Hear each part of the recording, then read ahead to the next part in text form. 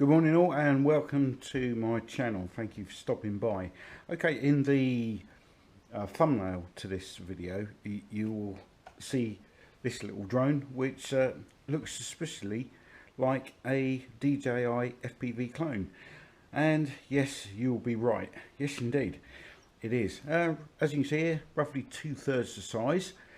And the weight difference is quite considerable as well. The original weighs approximately 780 grams, something like this. This little thing weighs 175. Obviously, with the weight difference, you're not going to expect the same sort of features. This is a 6S drone, as you'll probably know, 22 volts, fully charged. This little thing is powered by a 3.7 1800 milliamp battery. It's charged via a USB lead, which you do get in the packet. I don't have it with me at the moment. When it's charging, the light is red, and when it's finished charging, it goes blue. Now, it does say on the advertising you can get various functions. I believe you can get 4, a 6 and an 8K version. I think they're all the same, to be honest with you. Either way, they're just an interpolation of the camera footage or the JPEGs and the video. Neither of them, don't expect high quality footage from this, especially given the its Wi-Fi, which both operates on 2.4 gigahertz. So the further you go away, the more likelihood is your Wi-Fi footage is likely to become jerky and drop out. So I would say maximum distance for this is around about 80 to 100 meters. Although for a budget brushless drone, it does fly extremely well. You do have 3 rates for this drone. Put it in rate 3 and it does move quite a bit.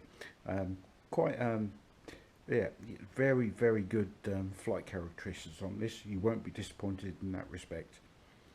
Okay, let's turn the drone on. We'll get it ready for flight. We'll quickly go over the instructions.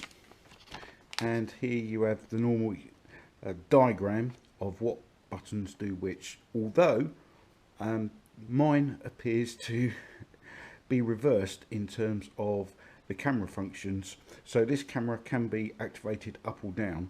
On the left shoulder button it actually goes down, on the right shoulder button it actually goes up. So bear in mind, this may have been a Friday afternoon factory assembly, so we might wanted to get home early, maybe to watch the Chinese version of Coronation Street or something like that. I don't know. Okay, right, so we have a obstacle avoidance switch.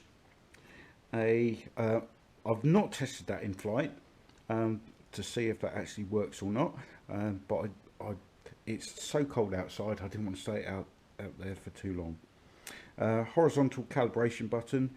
A 1-key takeoff and landing switch, which does work quite well. A 3-speed rating switch, that also works. So you have the power switch, the light control button, fine tuning, that's in addition to the gyro calibration, which you can activate by taking these sticks and down and out. Okay, we have a camera function button. I've not tried that. I've actually used the app to get the camera and the video running. The app itself has lots and lots of different functions. There's a button on the top right hand of the screen which you can use. It says you can use gesture mode in there. Whether that's true or not, I don't know. Hopefully it should be. Going through the instructions which appear to be a little bit on the Chinglish side, appear to be all standard fare. If you've used any kind of these budget brushless or brush drones in the past, you're not going to have too much difficulty in understanding what they're trying to relate to you. So also in the bag of spares you have the obligatory screwdriver, a couple of spare screws for screwing down your propeller blades, and just 2 sets of blades, not the whole full sets. This is the details for your app, which is the KY UFO app. What we do, we quickly set the drone up. Even though this is a brushless drone, it's a cheaper end of the market. As you can, there's hardly anything in there, is there? Apart from the very basics, just to get the drone flying. Nothing like the original, which obviously a lot more work has gone into. But nevertheless, it does look good.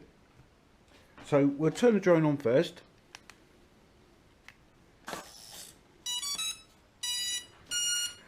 We'll turn on transmitter. Okay, so if I remember correctly, it's down and out to calibrate, and hopefully there you can see the lights flashing. And we also have a fine calibration button. If you press that, the lights will flash for a few seconds. So hopefully that's fine-tuned the whole drone.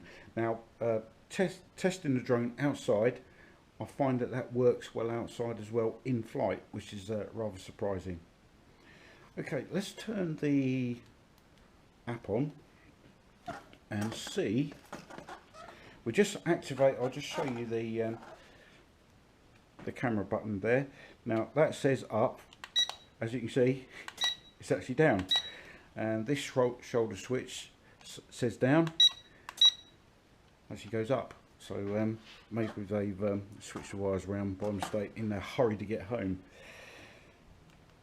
Right.